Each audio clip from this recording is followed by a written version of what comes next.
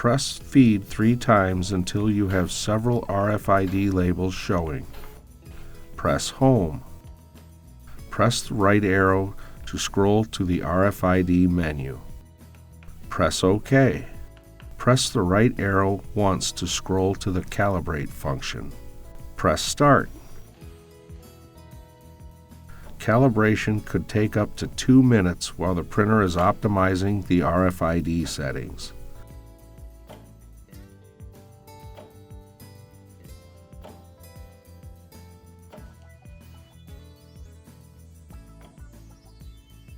When complete, the screen will show Ready. Press the right arrow several times to see the results.